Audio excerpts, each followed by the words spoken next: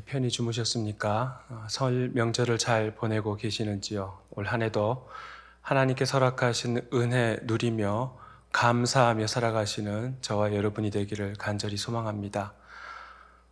시편 78편 어제에 이어서 두 번째 시간입니다. 오늘 말씀의 제목은 역사를 잊은 채 살아갑니다. 역사를 잊은 채 살아갑니다입니다. 어제와 오늘 두 번의 역사가 나오죠. 어제의 역사는 히스토리입니다. 그러니까 인간들이 기록한 글, 과거의 사건을 기록한 글, 그러니까 하나님께서 그 역사 안에서 보여주신 그 기록한 글 히스토리고요. 오늘의 그 역사는 하나님께서 행하심, 하나님의 사역, 그러니까 액션이라고 보시면 되겠습니다. 그러니까 역사를 망각한 채 살아간다는 것은 하나님께서 아무런 조건 없이 이스라엘 백성들에게 베풀어 주신 은혜가 큼에도 불구하고 이스라엘 백성들은 그 하나님의 역사하심을 의도적으로 잊은 채 살아간다라는 그런 뜻으로 역사를 잊은 채 살아갑니다라는 제목을 잡았습니다. 어제 말씀을 간략하게 요약하겠습니다. 시편의 78편의 시인은 우리에게 이스라엘 백성들에게 그의 입을 빌려 비유로 말을 하였습니다. 그 비유라는 것은 잠언이라고 그랬습니다. 하나님의 가르침, 하나님의 교훈. 그 비유를 말하는데 그 비유의 상태가 어떠했습니까? 예로부터 감추어졌던 것입니다. 예로부터 감추어졌던 것은 하나의 그 히브리 말로는 히도트라는 수수께끼란 말입니다. 수수께끼.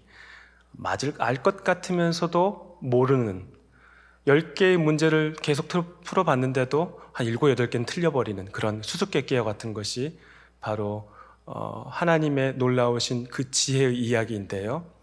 이스라엘 백성들 입장에서는 과거에부터 쭉 역사 사이에서의 하나님께서 매 순간마다 직접 간섭하시고 직접 개입하신 그 하나님의 지혜를 이스라엘 백성들에게 그 역사의 수수께끼를 이야기하는데요.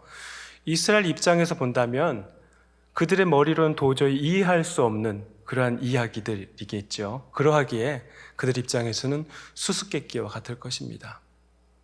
그런데요, 어제도 말씀드렸지만은 그렇게 시편의 시인이 하나님의 지혜를 역사의 수수께끼와 같은 그 지혜를 이야기할 때 그 내용들이 무엇이었습니까? 전혀 한 번도 들어보지 못한 내용들이었습니까?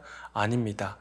우리가 들었고 아는 바, 우리 조상들이 전해준 이야기라고 3절에 나와 있습니다. 그러니까 그들은 전혀 생소한 이야기를 들었던 것이 아니라 시편 시인을 통해서 하나님께서 과거 역사의 하나님의 지혜의 가르침을 그들에게 수수께끼와 같지만 전달했던 것이죠.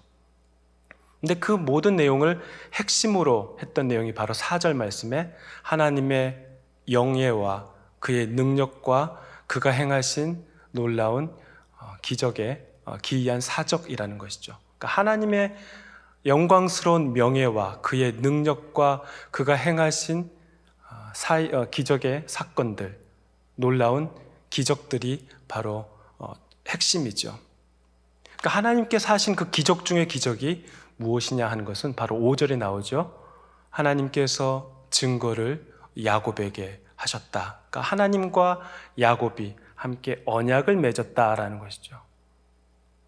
야곱보다 더 잘난 사람이 얼마나 많았습니까? 야곱, 이스라엘 민족보다 더 강대한 민족이 얼마나 많았습니까? 그런데도 하나님께서는 야곱을 택하시고 야곱과 언약을 맺으셨다는 것이죠. 우리보다 잘난 사람이 얼마나 이 세상에 많습니까? 우리 한민족보다 강대한 국가가 얼마나 더 많습니까? 그럼에도 하나님께서는 우리를 부르시고 택하시고 이 자리에 다 불러주셨습니다. 그 이유가 무엇입니까? 모릅니다. 야곱을 하나님께서 왜 택하셨습니까? 모릅니다. 굳이 이유를 대자면 사랑하시기 때문이죠. 우리를 택하시고 우리 이 자리에 불러주신 것도 다 하나님께서 우리를 사랑하시기 때문이죠. 아무 조건 없이 우리를 사랑하셨던 것이죠. 하나님께서 야곱을 택하시고 부르시고 언약을 맺으셨습니다. 그리고 그 야곱의 대표적인 그 야곱을 대표 인물인 야곱과 족속인 히브리족, 이스라엘 족속과 언약을 맺으시고 그들이 이집트의 노예로 살아가고 있던 그들을 출애굽시켜 주셨습니다. 그런 이야기들을 이제 시편 시인이 이스라엘 백성들에게 이야기하고 있죠. 근데요, 이스라엘 이 시편 78편의 이 시인은 이 말씀을 전하면서 하나님의 지혜를 전하면서 백성들에게 딱 한 가지 희망사항을 가지고 있었습니다. 시편 78편 8절에 보시면 그 조상들의 모습이 드러나는데요. 그 조상들은 패역하고 완고하고 패역하며 그들의 마음은 정직하지 못하고 또한 그들은 심령은 하나님께 충성하지 아니한 세대라고 기록하였습니다. 그러니까 시편 78편의 시인은 조상들이 입술에 입술 대대로 물려받은 그 하나님의 말씀을 그들은 그 말씀을 조상들을 통해서 받아서 살아갔지만 그 말씀대로 그들은 살아가지 못했던 것이죠. 조상들의 입술에 입술로 구전전승으로 그들은 받아서 계속 후손들에게 전해져 내려왔지만 그 말씀대로 하나님의 말씀대로 그 조상들은 살지 못했다. 그러하기에 제발 조상들 닮지 말아라. 그러한 내용이 의도적으로 그는 그러한 간절한 바람을 가지고 있었습니다. 완고하고 패역하다라는 이 단어에 쓰인 이 조상들은 시편 78편 곳곳에 그들이 어떻게 행동했는지 아주 상세히 묘사되어 있습니다. 하나님께서는 이집트에서 노예 생활하던 그들을 광야로 데리고 와서 그들에게 구름 기둥과 불 기둥으로 보호해 주시고 그들이 먹을 것 만나와 메추라기를 허락하여 주시고 그들이 갈증에 허덕일 때 반석에서 물을 샘솟게 하여 주시는 그 하나님의 놀라우신 능력과 은혜와 역사하심을 망각한 채 살았습니다. 한결같이 신실하신 하나님의 사랑과 관심을 그들은 감사하며 살아가야 하는 것이 당연하지만 그들은 한결같이 하나님께 배반하고 반역하고 불평하고 불만한 사람들이 바로 이스라엘 백성들이었습니다. 그 이스라엘 백성들이 얼마나 못된 짓을 했는지 우리가 한번 두 구절을 찾아서 읽어볼 텐데요. 17절 말씀 한번 찾아서 같이 읽어보겠습니다. 17절입니다. 그들은 계속해서 하나님께 범죄하여 메마른 땅에서 지존자를 배반하였도다. 32절 말씀 같이 읽겠습니다. 이러함에도 그들은 여전히 범죄하여 그의 기이한 일들을 믿지 아니하였으므로. 우리 사자성어에 보면 병가지상사라는 말이 있죠. 그러니까 어떤 잘못이나 실수도 흔히 있을 수 있다. 그러니까 뭐 한두 번 실수하는 거 다 받아들일 수 있다. 이런 뜻 아니겠습니까? 그런데 똑같은 잘못과 실수를 반복해서 한다면 그게 과연 잘못이고 실수일까요?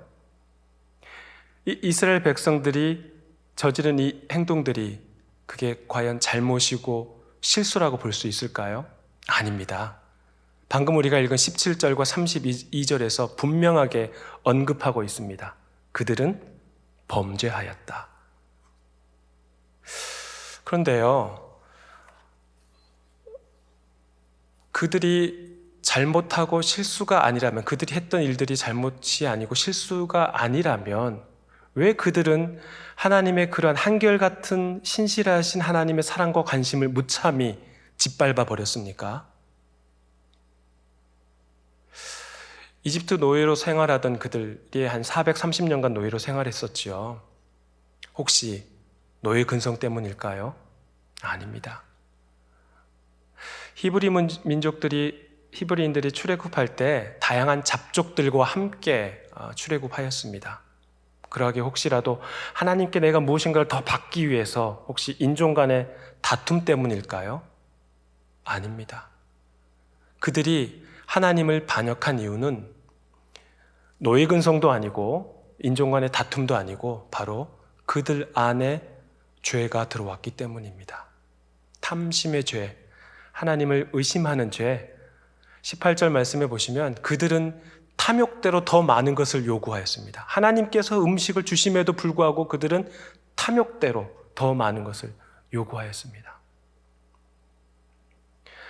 하지만 하나님께서는 그들의 이야기를 들어주시고 응답해 주셨습니다. 그럼에도 그들은 또 어떠한 이야기를 했습니까? 조롱 섞인 말을 합니다. 아무것도 없는 이 메마른 황무지, 이 광야 같은 곳에 도대체 이곳에서 하나님께서 우리에게 무슨 광야에서 식탁을 차려줄 수 있겠느냐, 무슨 먹을거리를 줄 수 있겠느냐라고 마음속으로 조롱합니다. 그럼에도 하나님께서는 다 채워주셨습니다. 그럼에도 그들은 한결같이 여전히 변함없이 끊임없이 하나님을 배반하고 반역하고 불만, 불평을 보낸 자들이었습니다. 방금 우리가 같이 읽었던 17절의 단어 계속해서라는 단어와 또한 32절에 여전히라는 단어가 나옵니다. 이 두 단어는 번역이 마치 우리말로는 다른 단어라고 보이는데요. 히브리 말로 오드라는 이 단어는 동일한 단어입니다. 계속해서라고 번역된 단어나 여전히란 단어나 히브리 말 성경에서는 동일한 단어입니다. 이 이스라엘 백성들은 끊임없이 계속해서 여전히 결코 변함없이 하나님을 반역하고 배반하고 불평하고 불만했던 자들이었습니다. 하나님께서는 이집트 노예로 살고 있던 그 이스라엘 백성들을 노예에서 자유자로 신분을 바꿔주셨습니다. 그런데 그들은 어떻게 행동했습니까? 그들은 그 자유자의 신분을 포기하고 다시 노예로 살아갔습니다. 더 끔찍한 노예, 죄의 노예로 살아갔습니다. 우리는 어떻습니까?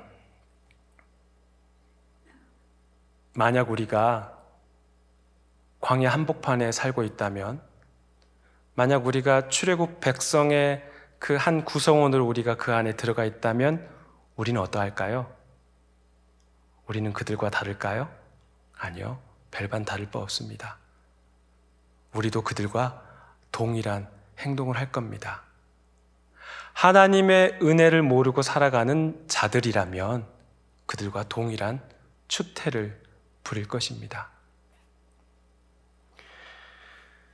그렇습니다.